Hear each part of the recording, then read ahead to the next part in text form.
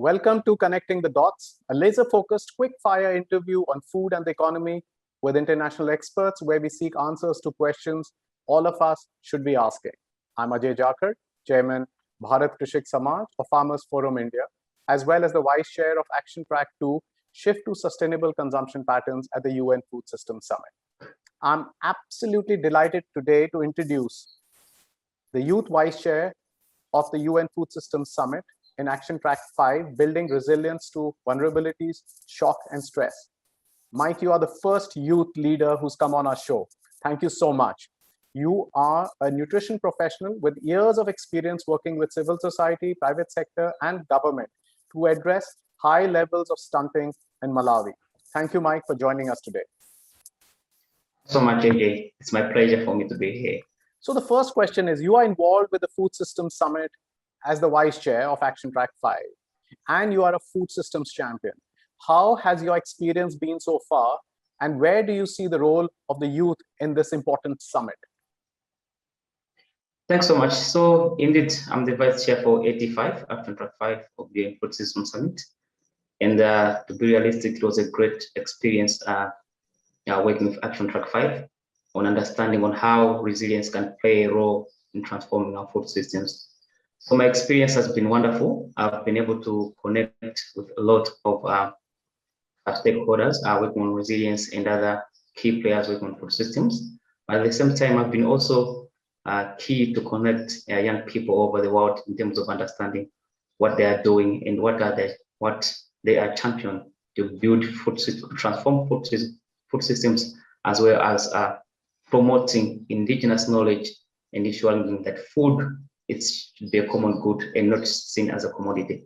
At the same time, as the UN Food Systems Summit Youth Champion, I've been engaged in a number of dialogues that we were working on food system transformation in my country, at the same time globally. So it has been a good experience in terms of networking and sharing knowledge in terms of food system transformation. That's good. You are also the Scaling Up Nutrition Sun Global Youth Leader for Nutrition in Malawi and spend a lot of time engaging and working with the youth, especially in the agriculture and nutrition field. What are the aspirations of the youth and the major barriers that the African youth face in exercising the agency and driving a systems change in their communities? Well, perfect. I see like the main barriers for youth getting involved in agriculture or food system transformation centers around knowledge, policy, finance, and capacity. Let me just expand these few things. In terms of policy, most of the policies are top-down approach, and the youth are not engaged in the implementation and even in the formulation of policies. But at the same time, if we can have policies that will empower young people to be the lead in terms of food system transformation or the lead in terms of agriculture, then young people will be having the capacity and the power or the energy to do that. And in terms of finance, I have interacted with a number of youth in Africa, and most of the times when we ask or when we share knowledge in terms of how we are going to expand our businesses or our agri-entrepreneurs, the issue that comes along is the finance of how probably we should be able to expand our business. So perhaps on this, I can really stress much if the focus can be on inviting the private sectors and even government to offer small loans or loans to small and medium enterprises. And the issue of knowledge, we know knowledge is key. And right now, in terms of agriculture and food security, we need to focus on technology in terms of the way we produce. And we cannot use this technology if we don't have knowledge. So that has to start first. We need to educate young people within their schools in terms of how they can use technology. Then from there, they should be able to pick up the advancement in technology for production, processing, and along the agricultural value chain. Okay. You are also part of the civil society organization Nutrition Alliance. Can you tell us something about your project with them to enabling youth for participation, and what has been the impact of this project so far? Well, as the youth champion for nutrition in my country, and currently have been selected to represent youth on the Scaling Up Nutrition CSN steering group. So I did a project with funding from Innovation Research Funds, which particularly focused on young people and giving them the necessary skills and energy to lead nutrition interventions or nutrition activities within their community. So the emphasis of the project was to ensure that we train young people where they are in their communities to understand nutrition, to understand issues of food security, and also to link them with key committees that fosters nutrition or food security within their community. So we have seen a great success in terms of this project because initially young people were not part of the committees or platforms that were championing nutrition and food security. And we managed to bridge the two.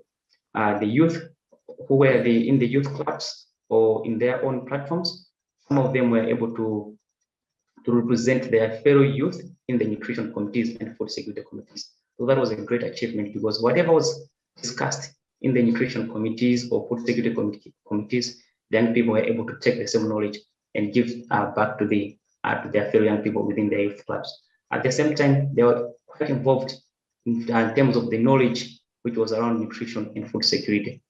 And more especially, we also capacitated the young people to lead some of the nutrition activities, for instance, the cooking demonstrations, the backyard gardening within the community. So really young people demonstrated a key aspect in terms of nutrition and food security. And the community themselves, we are really pleased to see the change of knowledge among the young people, whom at first they never thought that they would do something like this. So this has been a very huge success for the campaign and the project which I was doing. Mike, Sure. Mike, that's very encouraging of what you have managed to achieve, getting the voice of the youth and into the dialogues on the table. That's very good. What we also see, Mike, and I hear is that many poor households in rural areas in the global south, including all of Africa, rely on markets for nutrition.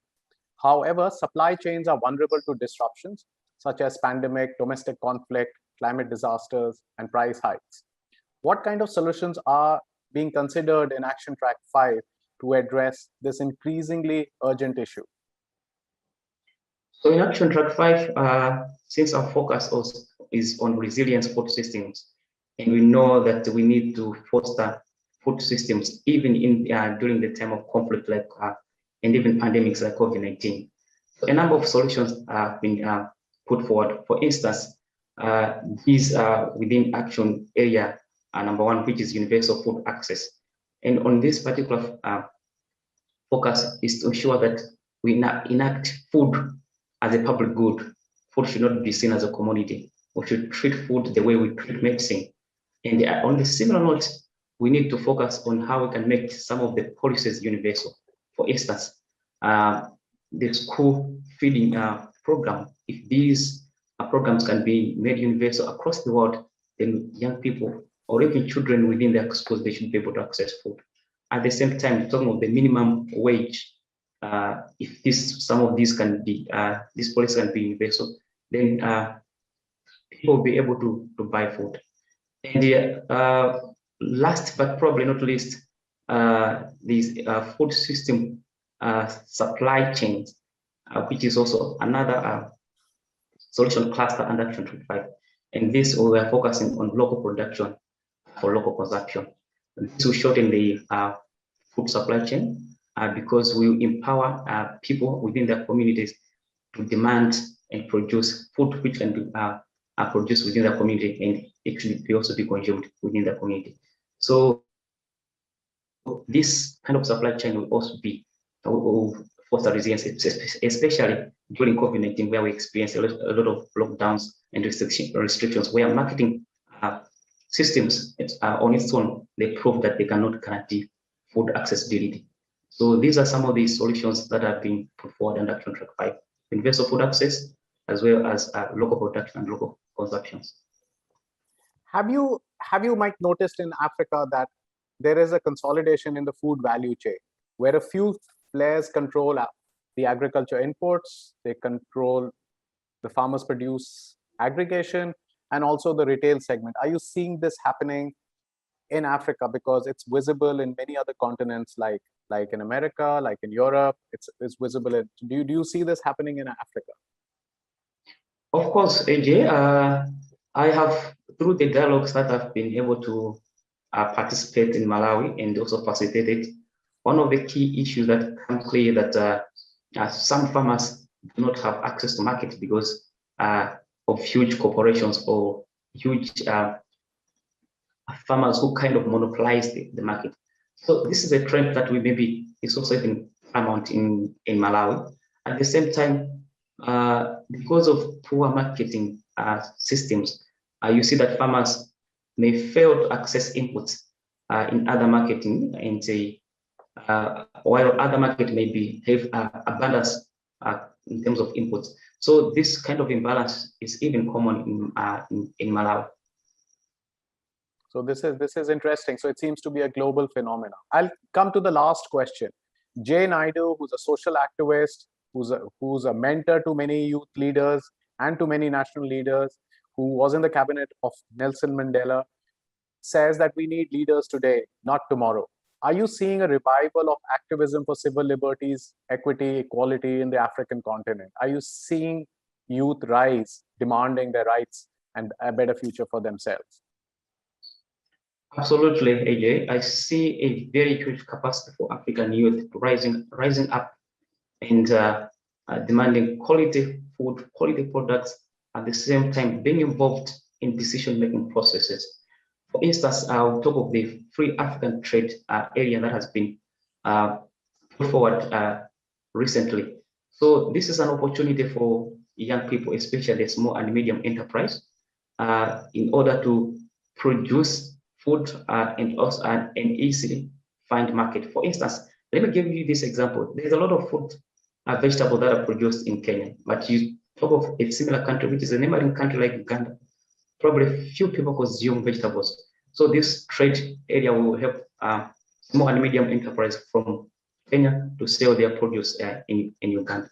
So I'm seeing that opportunity for young people in Africa to rise up and will play a very huge role in order to ensure that our voices are heard and also are key players in terms of food system transformation within our government and within our continent.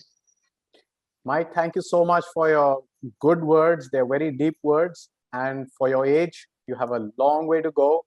You have a great future. And I'm sure the other youth look to you for leadership. And congratulations on your good work. We follow you in Action Track 5. Thank you so much on behalf of the Food System Summit and the farmers across the world for your good work. Thank you so much for joining us today. Absolutely. Thanks so much, AJ, for hosting me. It's my pleasure to speak these words. Thanks so much.